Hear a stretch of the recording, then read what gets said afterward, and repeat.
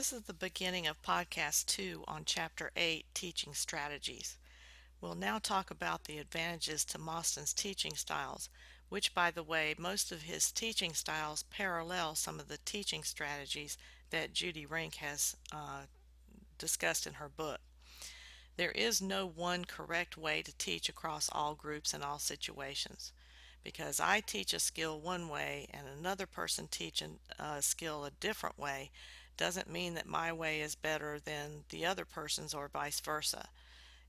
The way that you teach your skills and your content to your students is all a matter of personal preference and the ways that work best for you. The teaching styles also facilitate efforts to explore alternative methods, strategies, and approaches instead of staying with the same way of teaching every single time. Direct instruction is great, but we need to try to get our instruction more student-centered. The styles and strategies also enhance a teacher's ability to reach more students and to increase teaching effectiveness. Not all students learn in the same way. Some of them will learn better by doing stations. Some of them will learn better from interactive teaching styles. Some will learn better in peer teaching. It just depends on the individual, but it's good for you to try several different teaching styles for each unit that you do to be able to reach all the students. The different teaching styles, or the spectrum of teaching styles and strategies, their use in physical education is critical because of the myriad of contexts and motor skill environments that we teach in. We teach in the gymnasium, we teach in the pool, we teach on the softball field, we teach on the track, we teach on the football field, we teach in the weight room. So we have lots of different contexts, and each one of them demands a different type of teaching style or strategy. The first of Mostyn's teaching styles is the command style, or Style A. Teacher is characterized by teacher lecture and demonstration, where the teacher is the sole decision maker. The teacher is transmitting the knowledge, the students are soaking it in like a sponge. It is very mechanistic and it's mindless on the parts of the students because they're spoon-fed pretty much everything, and they're not usually expected to do much thinking. They're just expected to remember what the teacher said. The entire class moves at the same pace and the same unit. A good example of that is aerobic dance, where the teacher is in front of the class and the students mimic everything they do. Students are not encouraged to think. It is good for beginners. It's good for the efficiency of time and minimal planning.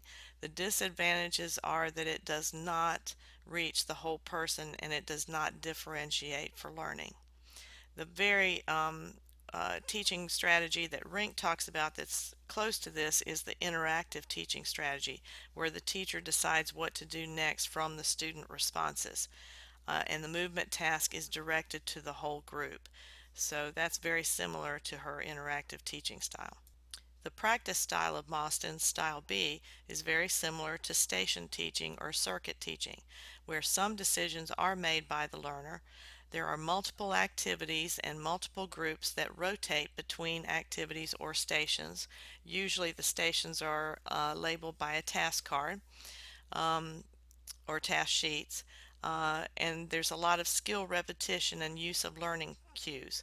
The advantages are that it's good for student socialization and individualization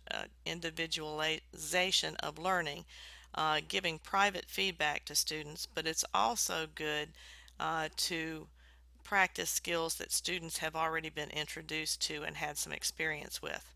The disadvantages are there is minimal interaction with the teacher, and it does take more preparation and setup ahead of time. The reciprocal style, or Style C, of Mostyn's is the same thing as peer teaching in Rink's textbook. Peer teaching is when student partners give and receive feedback to each other and actually teach each other. Students make evaluation decisions. They also give the feedback to the students. The teacher does monitor the student observers and gives them the content to get across to each of the students that they're teaching, and identifies the criteria to guide those observers. The peer teachers do develop their own observation skills, which is one of the advantages of this style.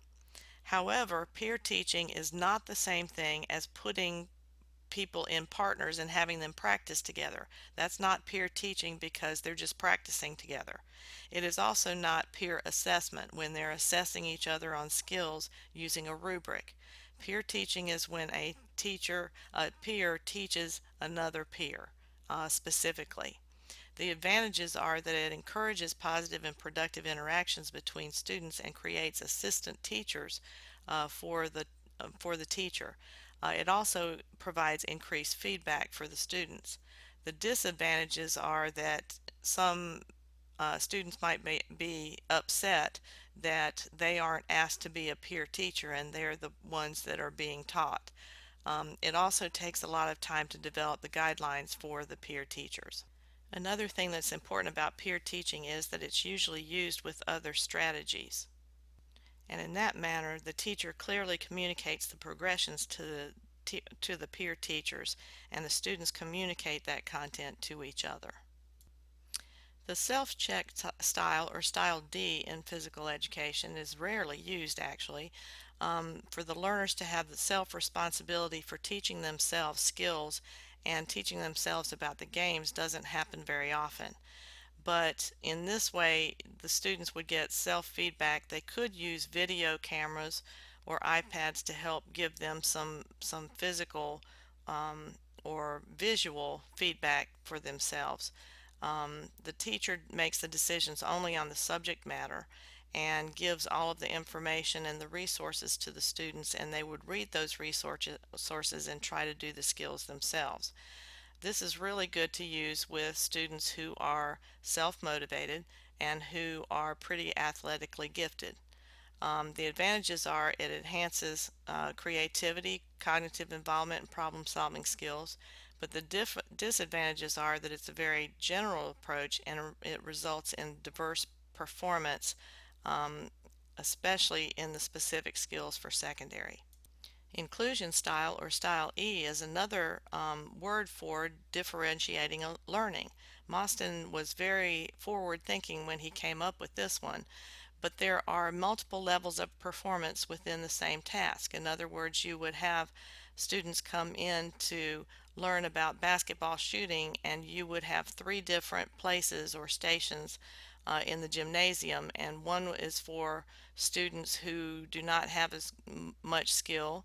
Another one would be designed for students who have average skill at shooting, and another one would be designed for students who know how to shoot and know how to play basketball pretty well.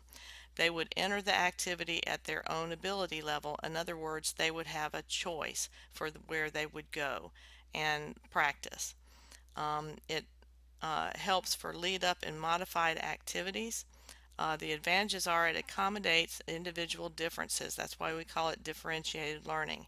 And it also can be used with a wide variety of activities. The disadvantages are that the learners usually want to please the teacher, so sometimes they choose the wrong levels and they want to think that they're a little higher than highly skilled than they should be. But it also has to still challenge the highly skilled. Guided discovery is style F, and it is also called the problem-solving style, and some people call it the convergent style. The teacher guides a student toward learning toward an endpoint, develops questions, and is the facilitator. The students decide on the responses to the questions.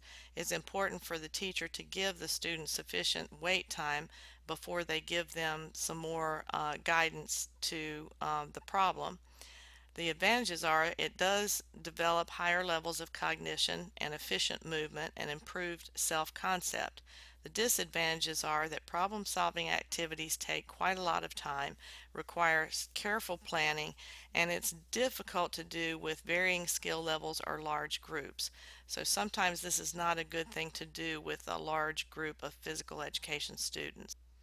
Some additional teaching styles are divergent teaching styles where the teacher designs a problem and there are multiple or varied responses solicited. There's not just one answer to it as there was in the guided discovery style. Learner designed, in other words, they discover or design programs, particularly in fitness, and have a constant challenge throughout the semester to get better at that particular fitness program. Learner initiated, when a learner is ready to go beyond the content and have independent study. That would be what learner initiated style is. And then, of course, self-teaching, when the learner makes all the decisions and teaches themselves about a skill or an activity, such as golf or tennis. That's the end of podcast 2 for chapter 8.